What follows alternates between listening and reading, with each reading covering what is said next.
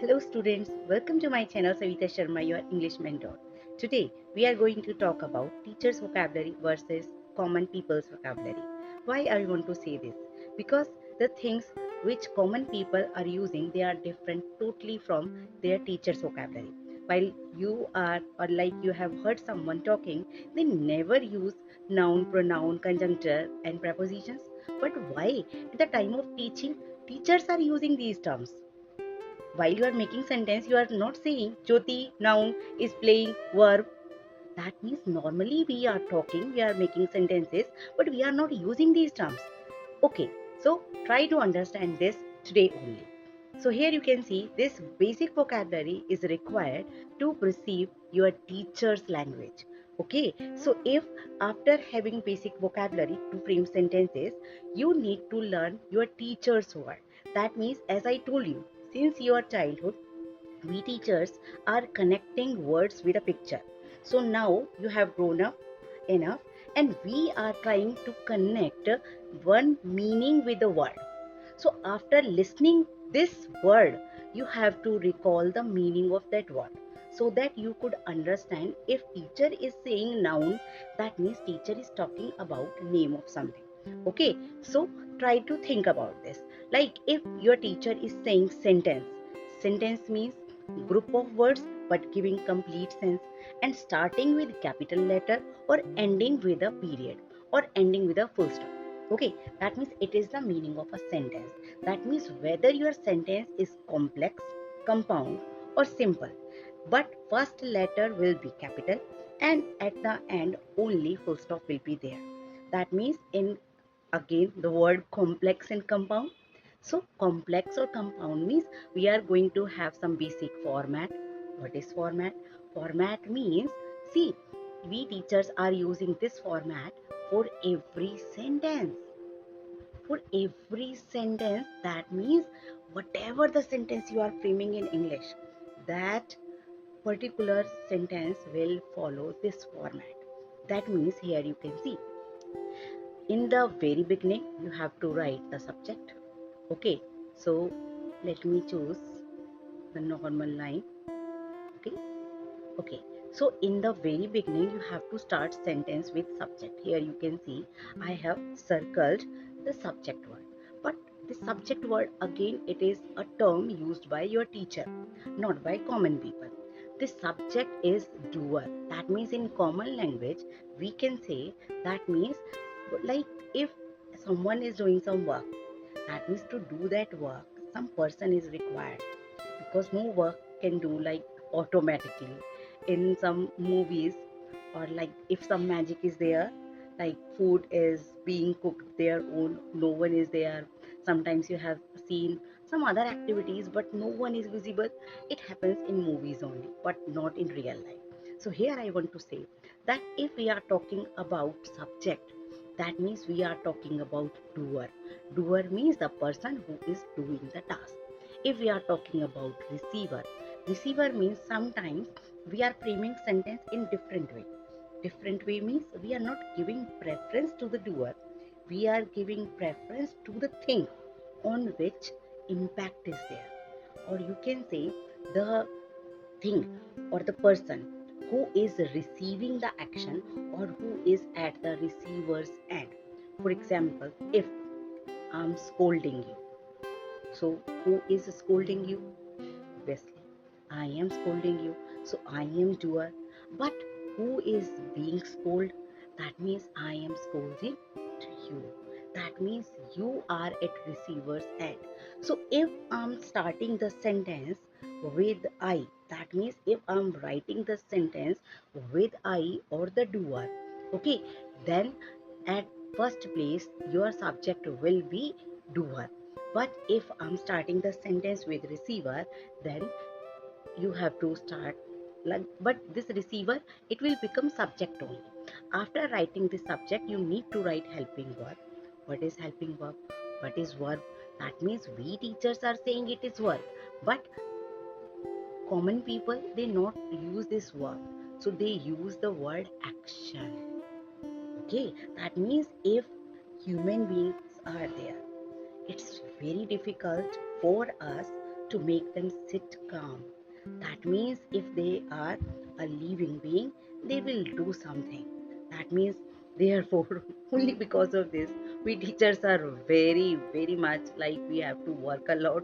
It's very difficult for us to make students calm because they are living being. And if they are living, they will do some action. And if they are doing some action, so common people is saying they are doing some action, it is activity.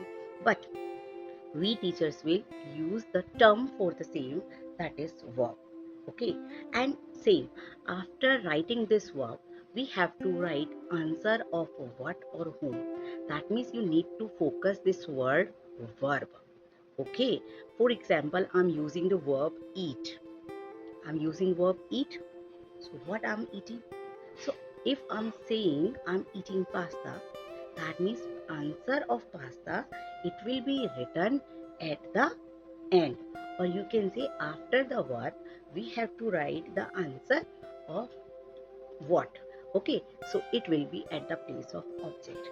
Have you noticed that at the place of subject or at the place of object, you are using a name, name of person or name of thing. That means always at the place of subject or object, there will be noun. So right now we will not go in depth of this because we are not talking about the format.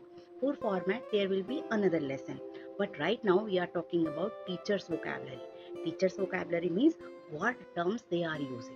And you must know the meaning. If teacher is saying noun, that means you should understand. That means ma'am is talking about name of something.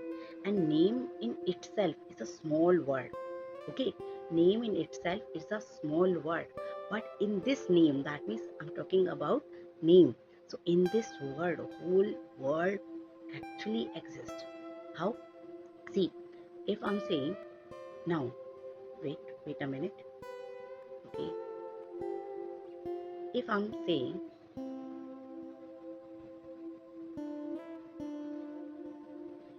saying noun, noun means name, name of person, name of place, animal, thing, or that means there are unlimited names. Even the groups of things they have name. For that we have given them a particular term. Okay, that is collective noun. That means around us, if someone is unhappy, that means someone is unhappy, but we are talking about unhappiness of someone. So that means if we are using the name of some attribute, that is noun. That means if we are talking about some idea, if we are talking about name of some action, so that means names are unlimited. Can you count all the things around you? If you are counting one by one, start counting. Do this activity. Count all the things around you. Then you will see there are unlimited things. And if unlimited things are there, that means names are many. And for them, teacher is using only one name. That is noun. Okay, so come to the sentence first. We are going to start from the first sentence means. That means that format I showed you. We are going to use that particular format for all sentences, and with replacement method we will use it for making sentences. Okay, after that we teachers, like what word we use phrase. Okay, phrase means group of words. Group of words, like I will do this work when, answer of when, but I'm saying in the morning. So here I'm using a group of words, that is in the morning. That means it's a phrase. That means phrase is again. That means like group of words. For group of words we will use single word, that is phrase. It's not difficult. Teachers are not asking you to learn the definition of these words. We are just saying that after listening these words, you need to understand. If I'm saying, okay students, write a phrase. Okay, write a phrase using chips. Okay, so if I'm saying using chips, write a phrase. So in this case, I'm just saying in place of speaking single word, you have to use group of words. Got the point? Okay, so now again, next term is clause. What is clause? It is a sentence. but we can't use the word sentence for this. Why? Because sentence we have one condition.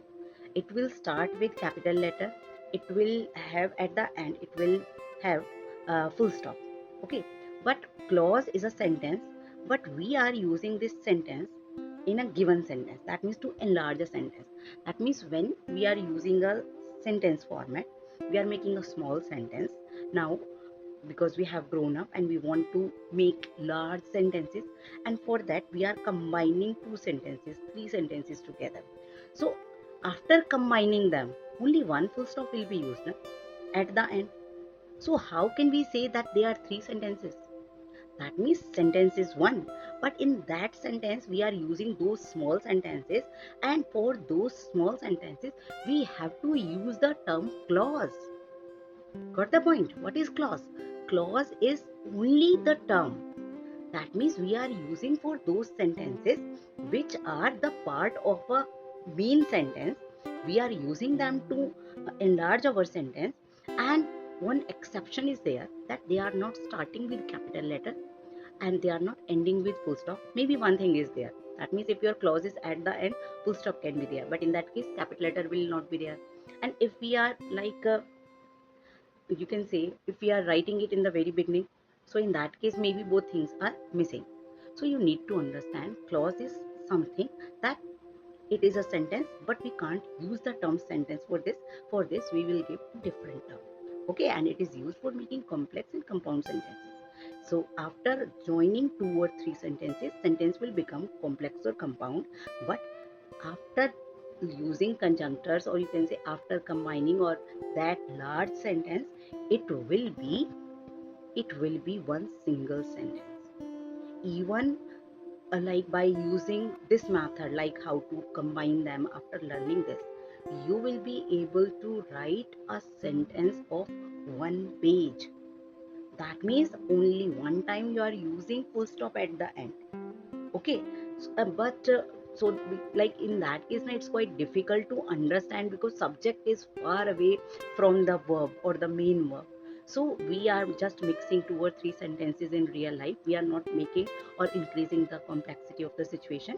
Okay, so you need to understand that in this case something is missing. Maybe first letter is not capital and full stop is not there. After this we are going to talk about tense.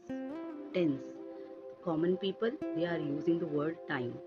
That means whenever you want to say something, some time reference should be there, so that the listener could understand that the person is talking about present, past, or future. Okay, so if you are not using this time reference in your sentence, other person will not be able to understand. And students sometimes they don't have they are not having knowledge of tenses, and they frame wrong sentences.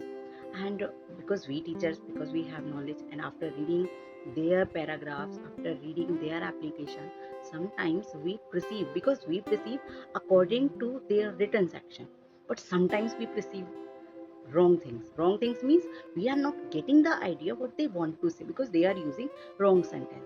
Once I read a paragraph, a student wrote, my father was like that, my father was like that. He was describing his father, and I was like feeling pity for that child, because child was using was. And at that time I didn't think that child is unable to like write his ideas, he is not having the power of grammar. So I was having I was having pity for that child. And at the end the child wrote, he drops me daily in the school. Then I got, oh my god, they are kids and they are making grammar mistake. So I should like I was unable to express at that time what to do in that situation. Like earlier I was emotional for the child, and at the end I was laughing at the mistake of the child. Okay, so now come to the next point. Now after tenses, okay, tenses means time reference, and for tenses time, that means it is time and it is required in your sentence. So after tense we are going to talk about noun. I have already talked. Now come to pronoun. That means pronoun means replacement of noun. It's like it look awkward if in every sentence we are using name of someone. Seema is like this, Seema is like this, Seema is like this. So even in Hindi, we are replacing these names with some other word because Hindi is our native language, and we Indians, we like whatever we are thinking in Hindi only because we are Indian. So if someone is saying something and we are getting meaning of that thing, and that means what we are doing, we are translating the things in our mind. If we are getting meaning in Hindi, that means yes, I know the meaning of this thing. So for us, meaning means that means the translation of that particular thing in our own native language.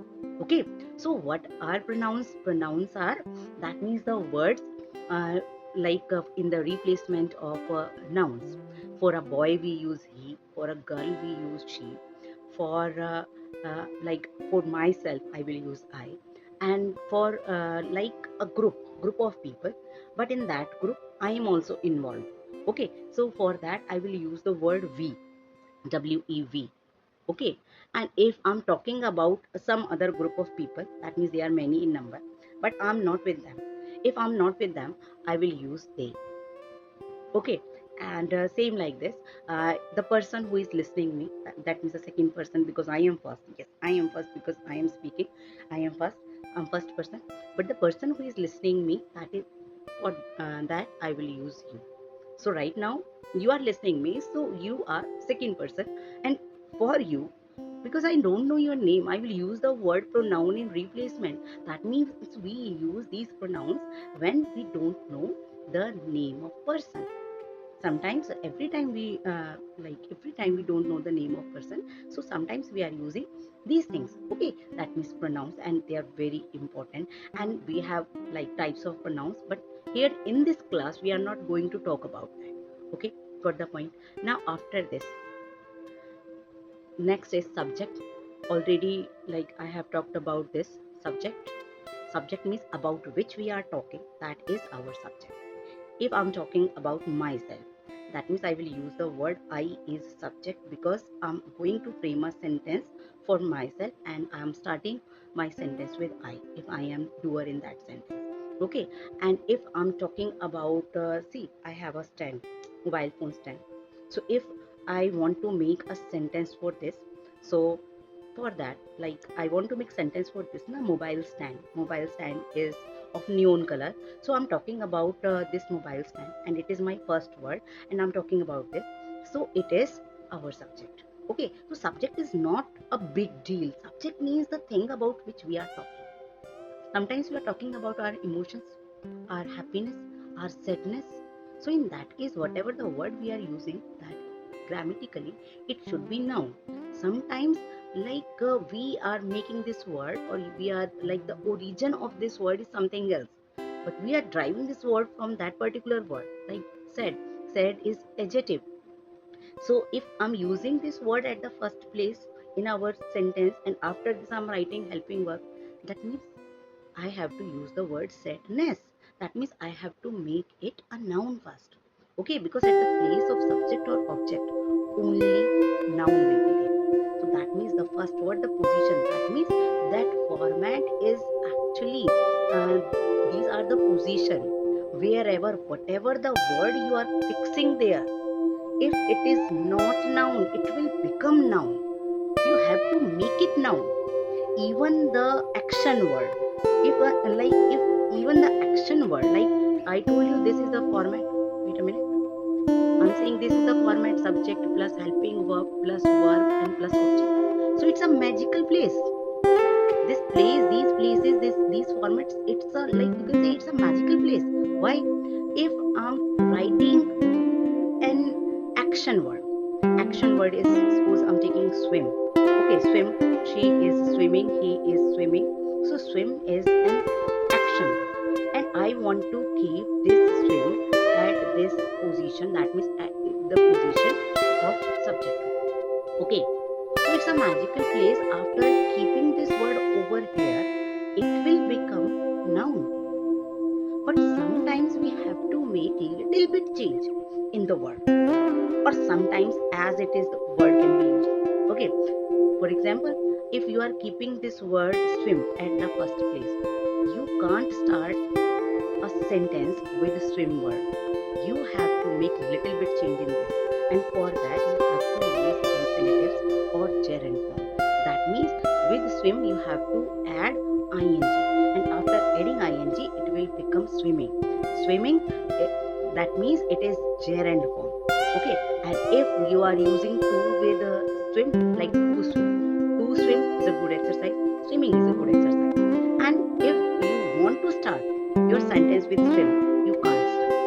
Okay, so for that another the term which teacher is going to use, that means while you are making nouns from verb, at that time we have another term, that is gerund or infinitive. In detail we will study these things in another class. Okay, now come to object.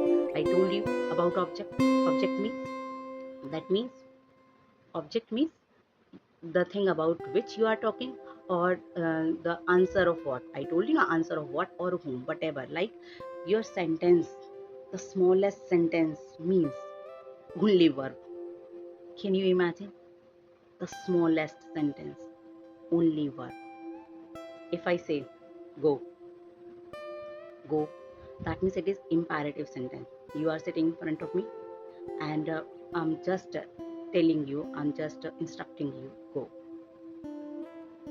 Sit, sit down. Sometimes I use phrase, we use phrase. Okay, so this go word is the smallest sentence.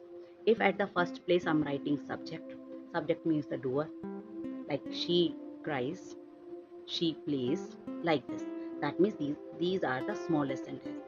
And if we want to enlarge our sentence, okay, so we have to answer of what or whom. Okay, what, whom, where, why, how, like this. And if you are answering these questions in your sentences, okay, that means your sentence will become enlarged. So like for the structure of sentence we will discuss it later on. Now come to the term only. Okay, so if we are talking about the next term which your teachers are using, okay, that is adjective. What is adjective? Adjective means describing word. Describing word means the noun around you, the things around you, everything is having some color, shape, size, texture, weight. Okay, like everything. Is there anything which is having no shape, no color? Everything is having some traits. Okay, like if I'm saying it is of neon color, so it has some color. If I'm asking you, give me the phone stand, obviously you will pass this to me. Okay, but if I'm saying give me the neon, okay, neon, or you can say and like, okay, neon phone stand I'm saying, or you can say another, like give me the bottle, give me the red bottle, like it's easier. Give me the bowl, like see I have a bowl, give me the bowl, you will pass it on.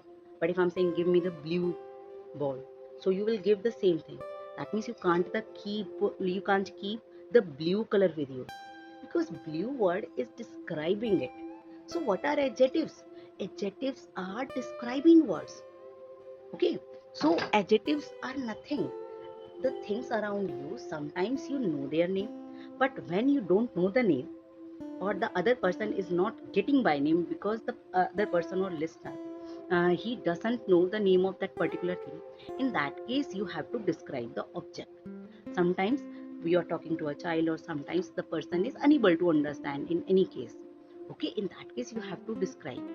In that case sometimes you have to use this that with the thing, like I want this thing, that thing. So these things, whatever the word we are adding with nouns to describe them, okay, they are called adjectives. Okay, I think you are getting, they are modifiers of noun or pronoun. If I have a scarf and it is pink in color, so I have a pink scarf. So I have a scarf, scarf word is noun. I have what? Answer of what will be noun in grammatically. So if I say I have a scarf and I say I have a pink scarf, so I'm adding a word in that, and the word I'm adding as a modifier in subject or object, as a modifier I'm adding, it will be adjective. Got the point? Now the next term is adverb. Adverb means, wait a minute, let me rub it. Okay, so next word is adverb. Adverb, like its name is making it clear to you. How? See? Okay, so adverb, that means the word which you are adding to modify your noun.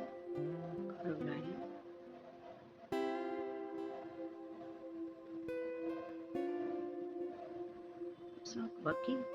Wait a minute. Okay, look at the screen only. Okay, adverb.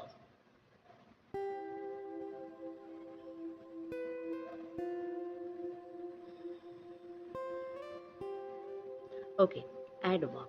Here you can see add and then verb. That means if you want to modify your verb, like adjectives, it's little bit different.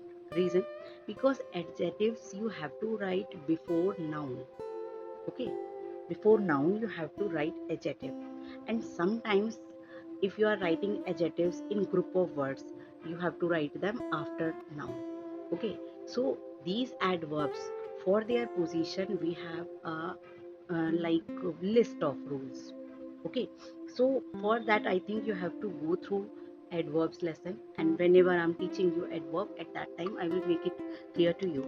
But you need to understand, for action, what we can talk where the action was happening, when it happened, how it happened, and why it happened. So if we are talking about these things, that means whatever the word or whatever the terms we are using, they will be adverb. If you are writing your answer in one word, they are adverb. If you are writing your answer in group of words, they will be adverb, but we have to use adverb phrase. Phrase means in group of words. That means I unable to answer this modifier in one word, I'm using group of words, so that will be adverb phrase.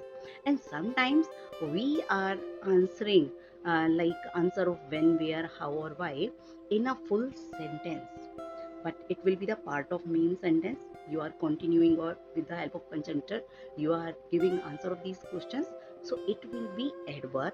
But with adverb you have to use the term clause. Got the point? For example, I'm eating. Why? But answer of why, is it possible to give answer of why in one word? I think not possible. Try this. I think for this only, like answer will be in whole sentence. I am eating because I am hungry. So because I am hungry, after conjunctor I am making another sentence. But in this case I can't use the term sentence, because it is not following the, you can say, the definition of sentence. Why? It's not starting with capital letter. I am eating because I am hungry. At the end, full stop. Exceptional case, I am eating because I am hungry. I is always capital. But in other cases, you have to take care of this thing. Only in case of I, like it's not following the rule. Okay, but in another case, like he is eating because he is hungry, so he will be in small letter, and at the end full stop is there, but one thing is missing, that he you are writing in small letter. So another term we have to use, and that will be clause. Got the point? Now come to preposition. If you are making small sentences, then preposition is not required. But while you are connecting two nouns together, example, there is a board. Now I want to say where it is. Board is on the wall. See, wall is also noun and board is noun. So if I'm comparing the position of board with other things, everyone's answer will be different, because someone is comparing this board with this wall. Okay, the board is on the wall. Someone is comparing this like it's near to wind times. Okay, and see, around you there are many things, and you are comparing, you are enlarging your sentence by, like, there is cup, where is cup, on the plate. So in this case you are connecting one noun to another noun. Okay, because after preposition always noun will be there, and sometimes preposition you are using, sorry, phrases you are using. That means preposition connect only words or phrases, not sentences. Mind my words, not sentences, only words and phrases. But when you are using conjunction, and we are talking about conjunction, that means conjunction, they can be used to combine, to join words, to join phrases, to join sentences. If you want to get these things in depth, or you want examples for the same, for that, again, when conjunction chapter will be taught, in only in that case it can be, otherwise this video is going to be very long. Okay, so you need to understand conjunctions. They help in joining words, phrases and sentences. Okay, after this I'm using the term complex compound sentences, simple complex compound. I have already cleared this a little bit. Yes, simple sentence means only one time you are having the format. Compound means if you are having subordinating conjunctor, for that you have to study conjunction chapter, and there we have divided conjunctions into three parts, and you need to learn how to use them. So there is like a group of, a set of, you can say, conjunctions. Fanboys, we use this acronym so that students could learn them easily. Okay, so fanboys conjunctor, if you are using conjunctor to combine two sentences together, then the sentence will be compound only, and rest of the conjunctions, that means like if it's not a part of fanboys and any other conjunction you are using, your sentence will be complex. Okay, only this much is, I think, enough for this video. Now next word is declarative sentence. Declarative means um, while you are declaring something, like around you there are many things, there are many facts, and you are talking about them. Board is black, normal statement, normal statement sentence. Like for them we use this sentence, declarative sentence. It's not a big deal. That means you have to learn word meaning. Okay, declarative means you are declaring something, you are saying something, but sometimes your sentence containing no word. Okay, or your sentence is showing that you want to use not word. Okay, sometimes some other words, rarely, seldom, they words, they give negative connotation. In that case your sentence is called negative sentence. And if it is positive, that means normal statement you are making, and in that not word is not there, that means they are affirmative sentences. Got the point? After this I have written the term interjection. Interjection, what is the meaning of interjection? While speaking, at that time, sometimes something suddenly happened, and suddenly you make you give out a sound, and that sound is having no meaning. Okay, so that word which suddenly comes out, that word is called interjection. For example, you are running, okay, and suddenly something is there, or you tripped and you are making ouch, I got hurt. The word ouch, is there any meaning? Like, does it mean to you? Is there any meaning of this word ouch? There is no meaning, it's only a word. And sometimes we say wow. That means these are the words, they are meaningless, and they just show some kind of expression. So these words are called interjections. Okay, now come to the next of direct speech or indirect speech.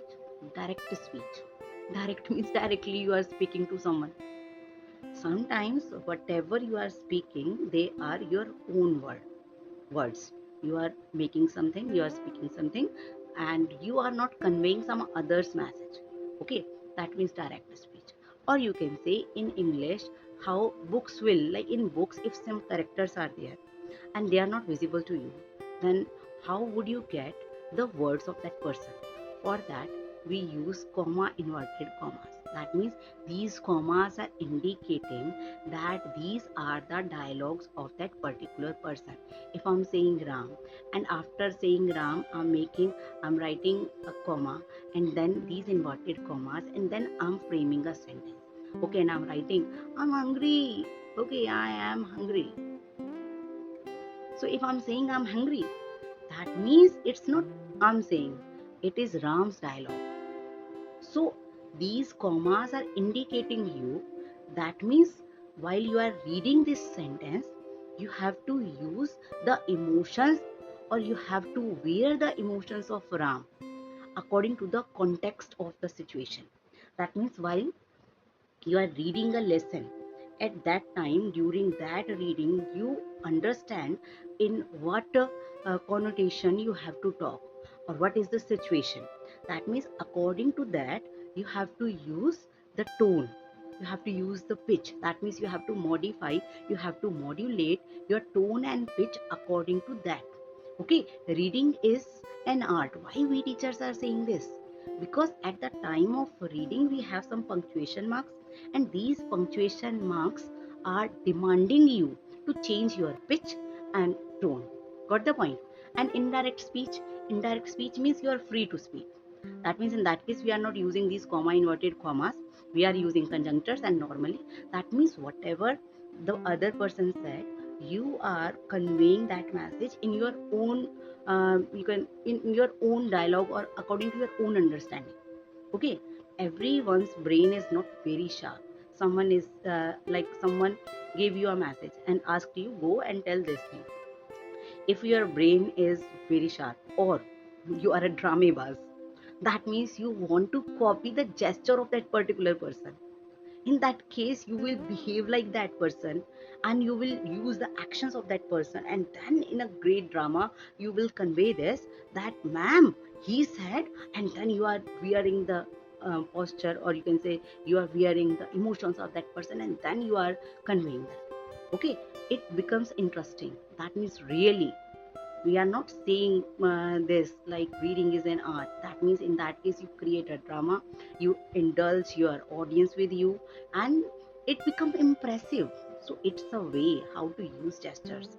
Okay, so in indirectly while you are saying, that means like in blunt, you are blunt, your emotions gestures they are blank. Like listener is not getting your emotions, you are just speaking, just reading. So reading is something else. You know how to read, but if you are reading with emotions, you are getting the meaning of punctuation mark. Obviously, it will be entertaining. Okay, after this active voice, like maybe you have noticed or not, but I said at the place of subject, sometimes we have doer. Doer means if right now I am teaching you and I'm framing this sentence, I am teaching you, Savita ma'am is teaching. So because I am, who is teaching? Who? Answer of who is at first place. Who is teaching? Savita ma'am is teaching.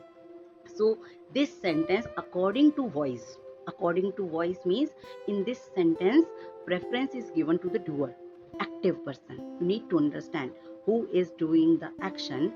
That person is active person, because who, that person is doing action now. So that voice or the sentence starting with this the person who is active in the whole process, that means that sentence is called active voice. But sometimes we are not giving preference to the doer, we are giving preference to the receiver. In that case, if you are ignoring the doer and giving preference to the person, the thing or other or the receiver, the thing which is at receiver's end, then it is called passive voice, and sometimes it is required. In my childhood I got scolded from my mother for the same thing. Okay, maybe you are in the classroom and mistakenly a glass fell on the um, like floor, and it broke into pieces. And if your father is scolding you, you broke the glass. Obviously, it will hurt you because it happened mistakenly. No, Papa, I didn't do this. It happened mistakenly. So it happened, or you did that. So that means sometimes if someone is saying, like at our home, sometimes food is burnt. Okay. So here noticed, if the family members they are saying you burnt the food, obviously, like I'm doing all the household chores, I'm cooking for you, and intentionally I will burn the food. Is it possible? No, it's not possible. So in that case, to you can say maintain the decorum of the your house, or like you or the speaker, should use passive voice. Today food is burnt, something like I'm getting some kind of smell, or like I'm getting foul smell. Its taste is little bitter. That means food is burnt.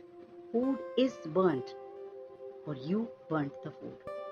That means if I'm saying you, that means it is active voice. If I'm saying food is burnt, that means it is passive voice. Got the point? Clear, I think. Then modal verb. Yes, modal verbs, they are very important. I usually say my students that we Indians, we are ignoring modal verbs, but these modal verbs, they are very important, because English people, they use very less gestures. They, if they want to convey their feelings, for that they use modal verb. That means if you are talking to your teacher and you are using word may, that means respectfully you are talking to your teacher. But if you are using the word can, that means you are taking your teacher lightly and casually, and like a friend. You are treating your teacher like a friend. Okay, got the point? So you need to understand these modal verbs, they are the expressions for your feelings. English people, they use modal verbs to express their feelings. So if we have the correct knowledge of these modal verbs, that means we could get the feelings of other person, we could perceive their real intention, and if we ignoring them, sometimes you will be in trouble. And most of the time I give this example to my students. One person called his boss and said, "Hello boss, today I will not come." And boss says, "Okay, there is no need to come, you are fired." The person is very much worried. What did I do?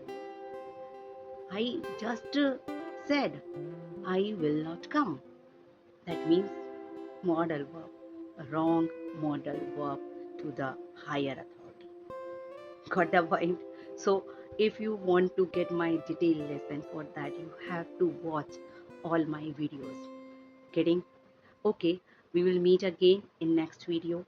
But one thing which is very important, vocabulary is required, because these formats, whatever the formats I'm going to teach you in my like future lessons, in those, like you could use them only if you have vocabulary. Okay, if you understand teachers vocabulary, here you can see in these lessons I'm just asking you, not asking you to learn the meaning of these words. I'm just saying, if I'm using direct speech, this word, the meaning of this, the attachment I have given, that means someone's exact dialogue. That means ma'am is talking about someone's exact dialogue. It should come in your brain. That means here I'm connecting one phrase with one word, so it should come. As in our childhood, we have learned elephant. In your smart board, elephant comes itself. Same. Now, with these words, one meaning should come. So, if you have teachers' vocabulary, okay, not common people's vocabulary. Common people, they are common. You have to be a grammarian.